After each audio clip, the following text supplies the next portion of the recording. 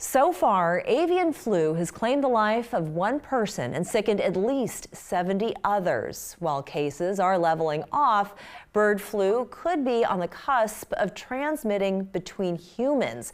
Here to share more on the science behind this epidemic is Dr. Martha Buchanan, Director of the Bureau of Communicable Disease Prevention and Control at the South Carolina Department of Public Health. Glad to have you with us. Thank you for having me. First, what is avian flu? Well, avian flu is a respiratory illness that we see typically in birds, and recently we've seen some cases in cattle. And this particular flu virus has been able to go from birds or cattle to humans. There's been no human-to-human transmission of this virus so far. So what we're seeing are cases mostly in people who were in occupations that bring them in close contact with birds or cattle that are infected. I see.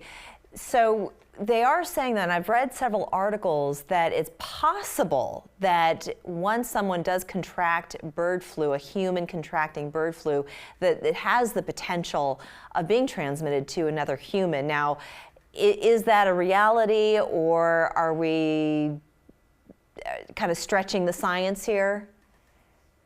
So what would have to happen for human-to-human transmission to occur would be that the flu would have to change or mutate enough to be able to be transmitted from person to person. When somebody has bird flu, we do ask them to avoid contact with others to reduce risk. We're taking lots of steps to reduce the risk that anyone else might get sick, and therefore we start the chain of human-to-human transmission. So public health across the country and around the world is working really hard to reduce that risk by educating those who are sick so that they don't expose others, and we don't take that chance that the virus would mutate and be able to be transmitted to somebody else. Yeah, and you bring up a good point. You said the world. Now, I called it an epidemic, but is it safe to say that this could potentially be not to be a fearmonger, but a pandemic? I think we have a long way to go before something like that would happen. Certainly, any new virus has the potential to develop into an epidemic or a pandemic. We don't have an epidemic in humans at this point. We don't have ongoing human-to-human transmission, which is what would be required for us to call this an epidemic in humans. What are some of the symptoms? So if someone works in close contact with any kind of fowl, be it wild or on a chicken farm or something like that, how would that get transmitted to a person, and what would be the symptoms? How does it manifest itself in a human being? So that's a great question.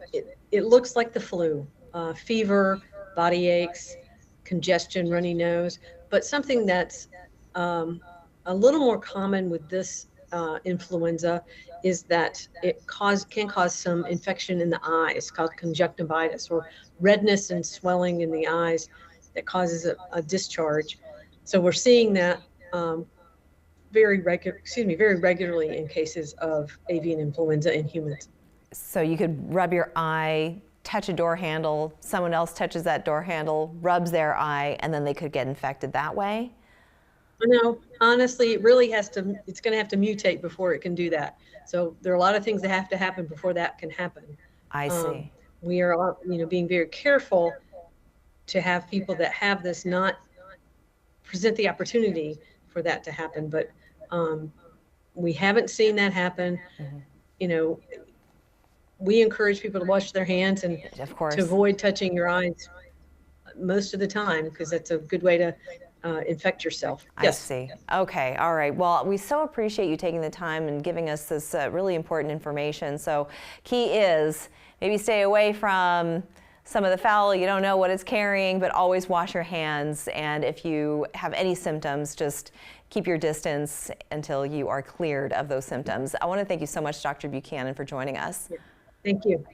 We're back in 2 minutes. Bye-bye.